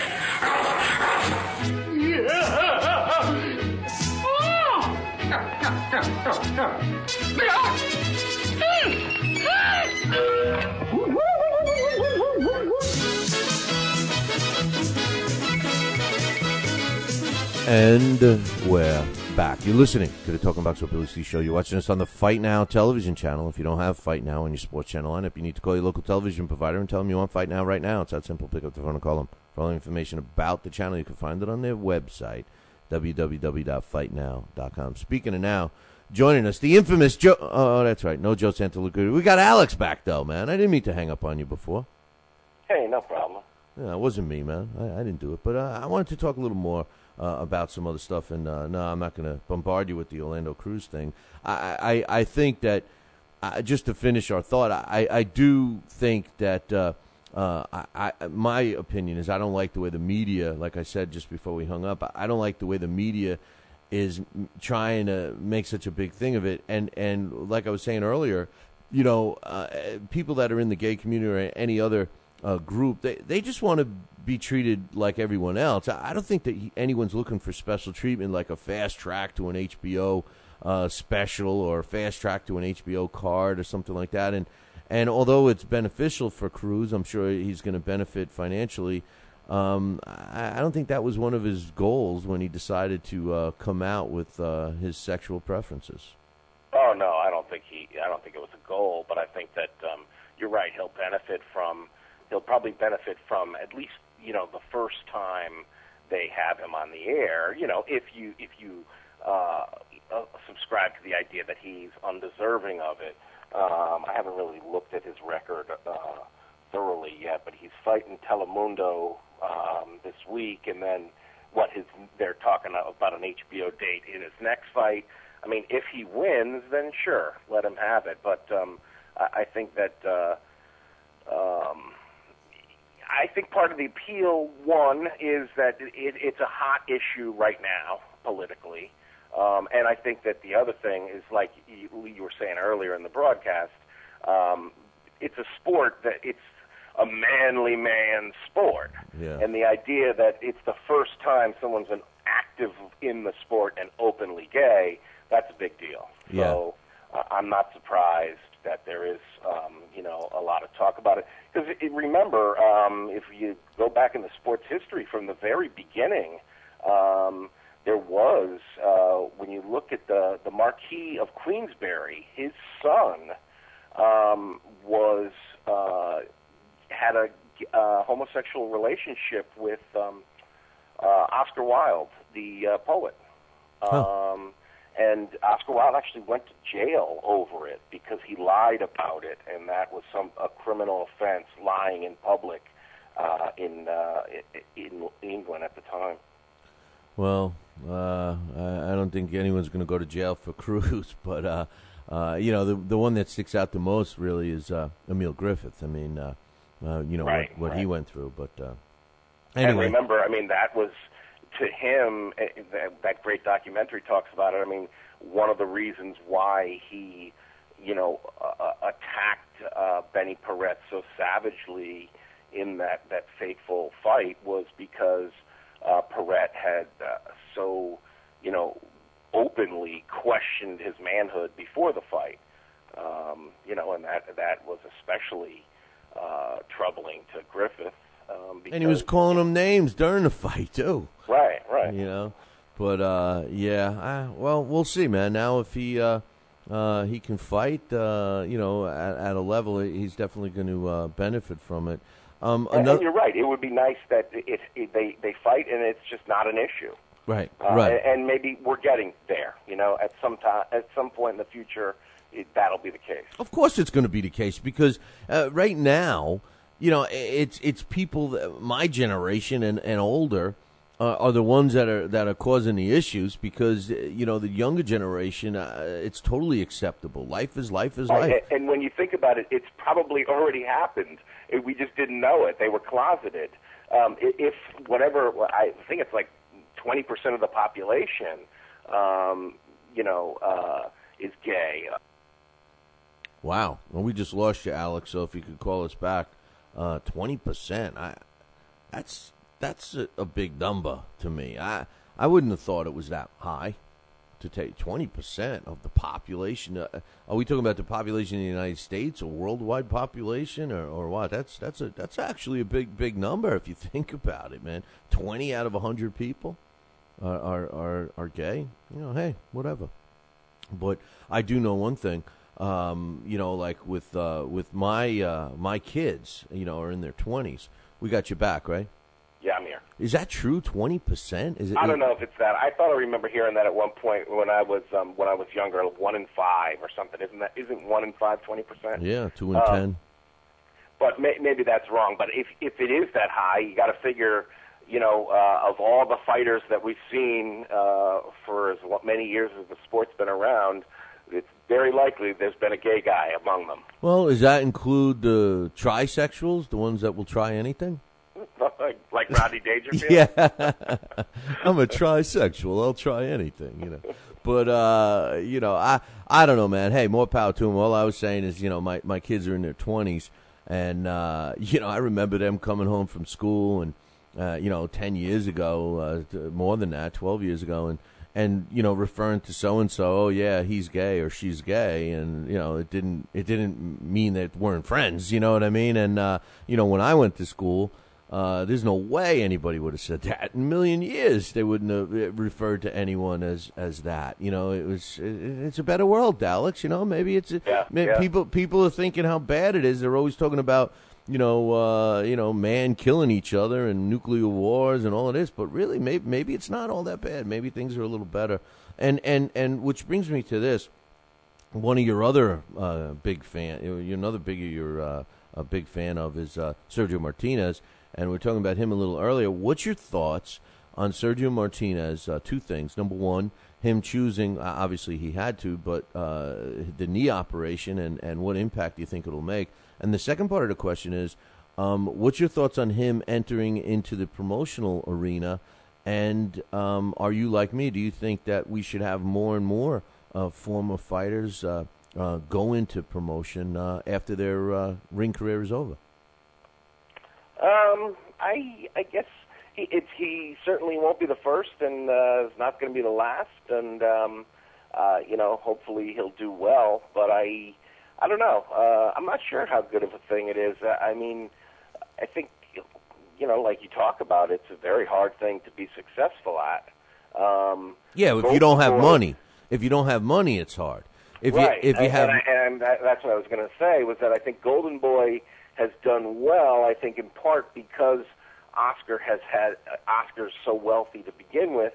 I think also, he has a smart partner in Richard Schaefer. I'm not sure they're the most scrupulous of business. I mean, I have no evidence to suggest something otherwise, but promoters are promoters. But and I think that the times where we see some of the decisions, at least recently, where I think they've made like anti-fan decisions. I think it was more Golden Boy that did that, in the sense of like counter-programming the night of Chavez Martinez. I thought that was more Golden Boy that had the choice to, maybe take a step away from that. And I think that kind of thing, if we're going to see that kind of cutthroat business practice from Martinez, or I don't applaud that kind of thing. But if he's pro fighter, then and he promotes the way he fights, then that'd be nice. Well, I mean, business is business. Business is business, and it's like, as long as they're fair and I mean, any business, when you're getting down to the nitty gritty and the big dollars is going to be cutthroat. So I mean, that whole yeah, I'm that whole Golden Boy Top Rank thing with the two fights on the same. Same night in the same city, they were both going to be pay-per-view. I mean, that was a stupid move financially. You would think that, you wouldn't do it because you're hurting yourself, but who knows what the real stuff. That's what I mean. I think they see that as a chance to put the Scroogey to their number one competitor company. That's more important than being good to the fan. The fan that is the one that puts asses in their seats. Yeah, but they don't look at it that way anymore. That's a sign of being a pretty, I don't know, that was a kind of low move by Golden Boy, in my opinion. Yeah, well, look at this. It isn't the case anymore, and I'm not talking about being a low move. I'm talking about putting asses in seats. That's not the case anymore. And I talked about it earlier in the week, and I use an example, because I'm forever being criticized. Don't knock this guy, don't knock that guy. And I am very vocal about the promoters who don't promote, and it's so obvious. And this past weekend, I was able to take in black and white and be able to show the listeners and the viewers what exactly I was talking about. And I took that Showtime card that we saw on Friday night and was able to explain and show you. All you had to do was look at the fights, look at the opponents, look at the results, and see why promoters do what they do, why they take it to an obscure state and not a Las Vegas or a New York or a Atlantic City, a big California, a big market, and where they have a strong commission, because they wouldn't have approved some of those fights. Why are those venues empty? How come no one's coming to see him? Nobody's buying tickets. Why? Because the promoter made his money from the TV deal. So and that's the problem. And what you have is you have the two top promoters, and then you have that middle group that has relationships with the networks, and they're constantly getting their fighters on TV, but they're fighting obscure opposition. If we had Rios, Alvarado, and Nikoshoka Donaire fights all the time, we wouldn't be saying that boxing's in trouble. We would, it would be the 80s again. Yeah. Hey, I got a couple of... Well, and I think that was one of the things that was cool about doing James Scott is over the last couple of weeks, we've sort of fleshed out this one group of light heavyweights in this one period of time, and I think what you're saying, that's exactly what happened in the late 70s, early 80s. They made them fight each other. We saw that with Matthew Saad Muhammad, with James Scott, with Yaki Lopez. Those guys were all right at the top.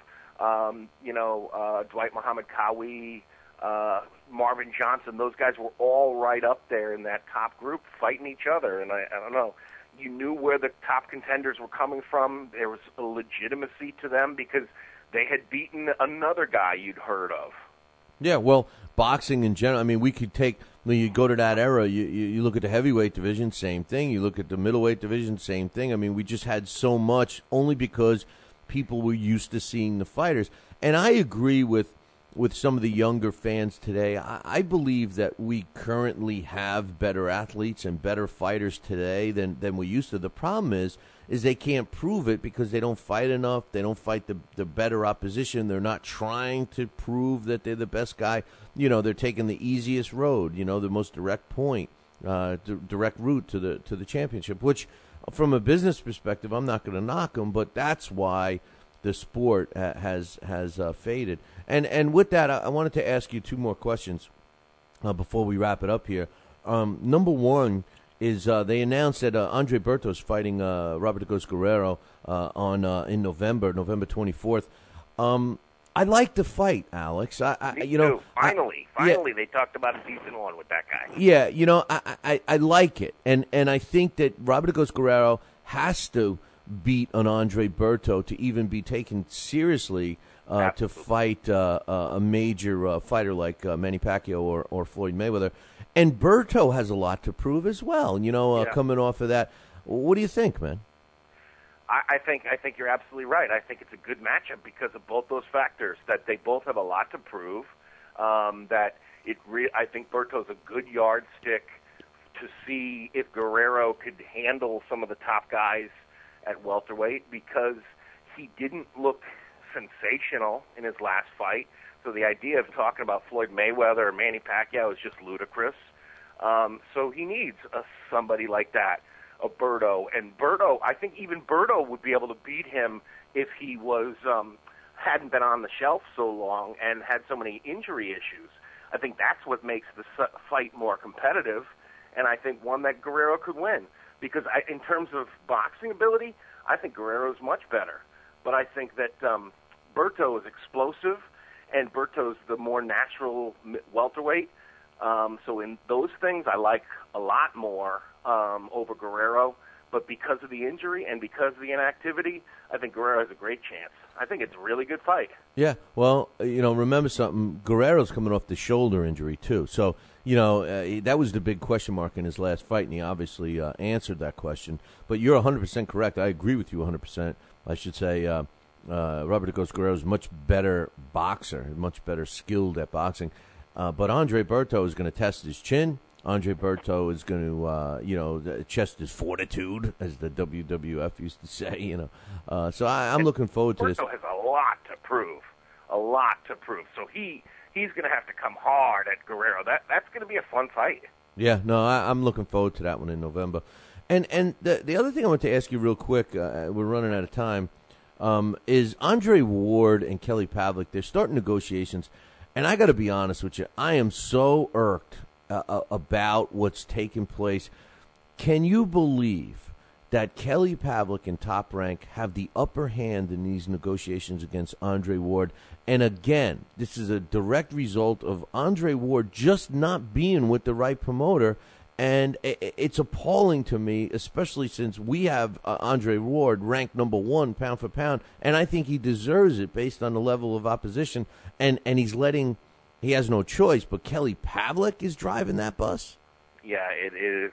it is hard to believe, and I think that's exactly why. I think you put it perfectly. Is that it's just a testament to the fact that whoever's got the most powerful promoter in the room, that's who drives the bus, and I think it doesn't even matter who the fighter is.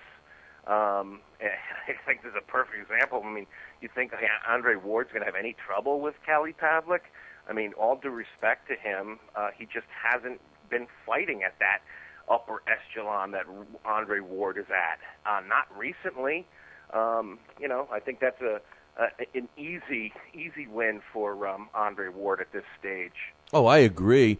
And as far as I'm concerned, Kelly Pavlik, his career was over when B-Hop beat him up that night. It ended his career that night. I mean, mentally and physically, everything. It was over, and he's never been the same. And, the sad part about this, Alex, is that if you go to those people you refuse to talk to, the marginal fan, that generalized sports fan, the guy that's hanging around the water cooler on Monday morning talking about the baseball and football games over the weekend, asked him, hey, who have you heard of, Andre Ward or Kelly Pavlik? And I swear, I bet you 8 out of 10 of them have heard more about Kelly Pavlik than they have. Now, granted, there might have been negative things, but more people know that. If that's the case, then that's. But they know the name. Frank would say, then that's why we are driving the bus. Right. And I think then, in that sense, then it is a mildly appealing matchup for Ward. Then, because if you whack a guy like that out, you get a little more notoriety. Exactly, and the problem that I have, and Murphy's in the chat room saying it's time for Ward to jump ship and get away from Goosen. I agree with that, and everybody's always talking about Golden Boy and Top Rank, and some people suggest Top Rank is the devil of boxing and all this stuff. But you know what? If I'm a boxer, those are exactly the guys I want to be with because I know I'm going to stay busy and I know they're going to invest money. I had the privilege of meeting the Magladano brothers in Vegas. 2 extremely intelligent, really nice kids. They're young guys signed with Top Rank, and you could just look at their career and know you don't even have to. The odds are with you if you bet that they're going to be world champions someday. Yeah, well, I mean, I think that let's put it this way. I'll make a political comparison. Like our 2-party system, I think the two power broker promoters having a complete stranglehold on the sport is not good for the sport as a whole. And I think it's unfortunate that that I think that you're right. It's very likely that we will see Andre Ward move to a Golden Boy or a Top Rank at some point. And that's, I think, an unfortunate thing because I think that it would be nicer if the smaller promoters could survive and maintain a stable of top fighters rather than seeing them all go to either one or the other of the 2 big guys because let's face it, what ends up happening is once that happens, if one of the 2 big guys has one fighter and the other fighter that you want to see them fight is with the other guy, the other power broker, you're just not going to see that fight. That's the problem with Pacquiao Mayweather. No, you're right there, but here's the problem. Those promoters, those not the 2 main ones, the other ones are choosing not to open up the checkbook and become a player because it's more advantageous to them financially to really sit back and do nothing. I mean, think about it. And I'm not suggesting that these guys don't do anything, but the truth of the matter is you get a fight like we saw on Showtime Friday night. You get the money from the TV system, from the TV channel. They pay to have the fight. You budget it. You have a budget to work with. You bring in these fighters that are fighting cheap, and you're making a profit for doing nothing, for making a few phone calls and having the connections. Everybody criticizes the Top Ranks and the Golden Boys, but we hear about them when they do a multi-city press tour and they do this and they do that. That costs money, but it also is name recognition, and that's the key. Goose and Tudor's got some good fighters under their tutelage, but they're always waiting to be the opponent, and that's what's happening with a talent like Andre Ward. Your boy Chad Dawson is the same way. He's with Gary Shaw, and how does Gary Shaw not sell out New Haven when Dawson fights in his hometown? how does that card not be standing room only and you know, scalping tickets and all of that? How does that not happen? There's only one reason, and that's it wasn't promoted. Promoters don't promote. Right, promoters that don't promote. Wish I came up with that. But anyway, Alex, hey, man, I appreciate you taking some time, extra time with us today. Had some fun, and look forward to the next time, my man. My pleasure, Billy C. All right, brother, take care. Take care. That's Alex Papali, and we got his thoughts on a bunch of stuff, and also doing his signature Blast from the Past segment, which we all know and love. And I know it's a lot of your favorites segment. I know a lot of you viewers and listeners out there are big fans of the Blast from the Past. But a lot of you are fans of, this. Wake up. It's time for the It's Too Early for a Trivia Question. Today's It's Too Early for a Trivia Question is being brought to us by Gleason's Gym in Brooklyn, New York. 718-797-2872 is the number.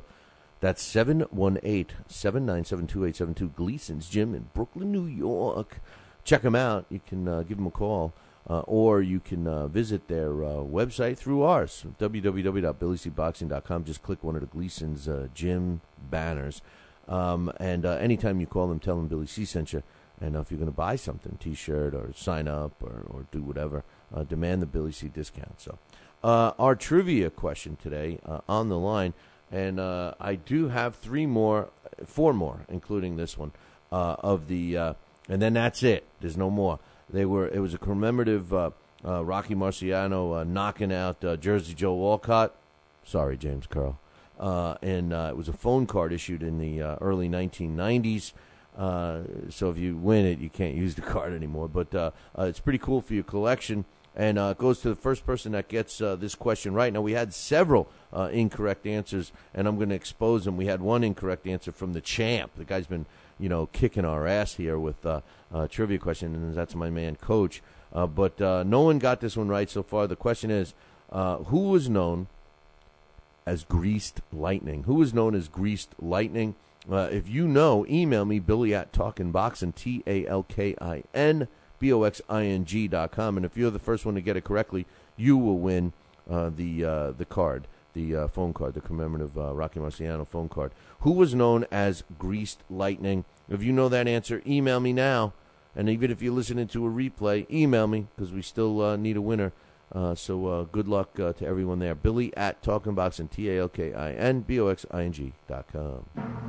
This day in boxing history. And finally, this day in boxing history is being brought to us by Campanaro and Tomkovich. If you're looking for a lawyer, use the ones that keep my ass out of trouble. That is Campanaro and Tomkovich. Give them a call today, 845-221-4099. That's 845-221-4099. Let Campanaro and Tomkovich knock out your legal problem. 845-221-4099. Give them a call today on this day, October 17th in 1973. Ben Villaflor KOs Kunaki Shibata to regain the WBA World Junior Lightweight title, and that took place on this day, October 17th in 1973 in Honolulu, Hawaii. So Honolulu, Hawaii. Sounds good right about now, but I do have one more thing to say.